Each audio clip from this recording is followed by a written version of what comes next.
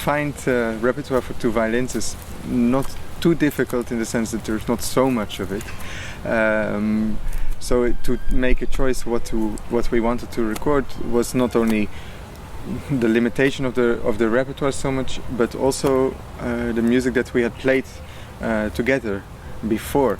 And the first piece we actually played together was the Prokofiev Sonata for two violins, and I'm like so many violinists, we love this piece.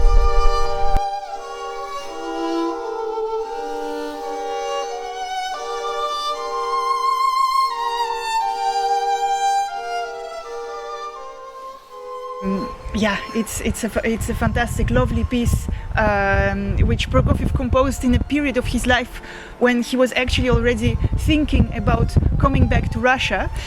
He had left Russia during the revolution, as well. At this time, it was totally unclear what would happen, and he had lived in the West and had struggled also a bit in the West. It was not always easy to be played, to be performed.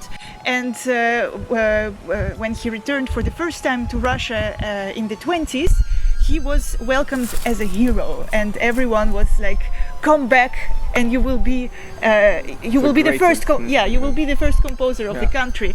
And basically, this thought was eating him, and in a way, you can hear it in many of the works he wrote around the early 30s. This kind of longing, this kind of nostalgia, and the opening movement has this kind of almost naivety, and you also hear in a lot of tunes actually some kind of more simple language, more towards folk music, I would say, in a way. Yeah. Also the fourth movement, for instance, has this kind of dance-like character. Also all these typical rhythms, of course, which are always characteristic of Prokofiev's work.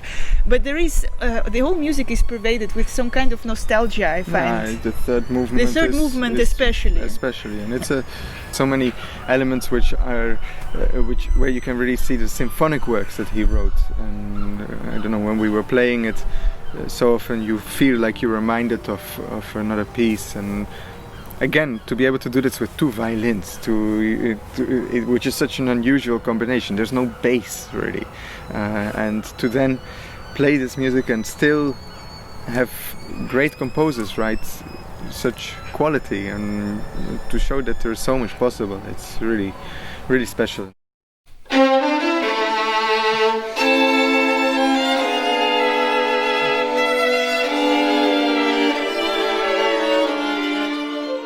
The Ysaÿe Sonata is probably the most ambitious work on this CD. It's also the longest one. It probably lasts as long as the two other pieces combined, almost. It's a big challenge for both violinists, because Ysaÿe creates a kind of string quartet sound. I guess that most of the piece we play in double stops, as in two voices together, or chords, which creates this kind of very rich sound world, and the style is very romantic, late romantic, and very exuberant. But you also, especially in the second movement, he searches for more impressionistic colors, which are very beautiful, which create this kind of almost Debussy-like atmosphere.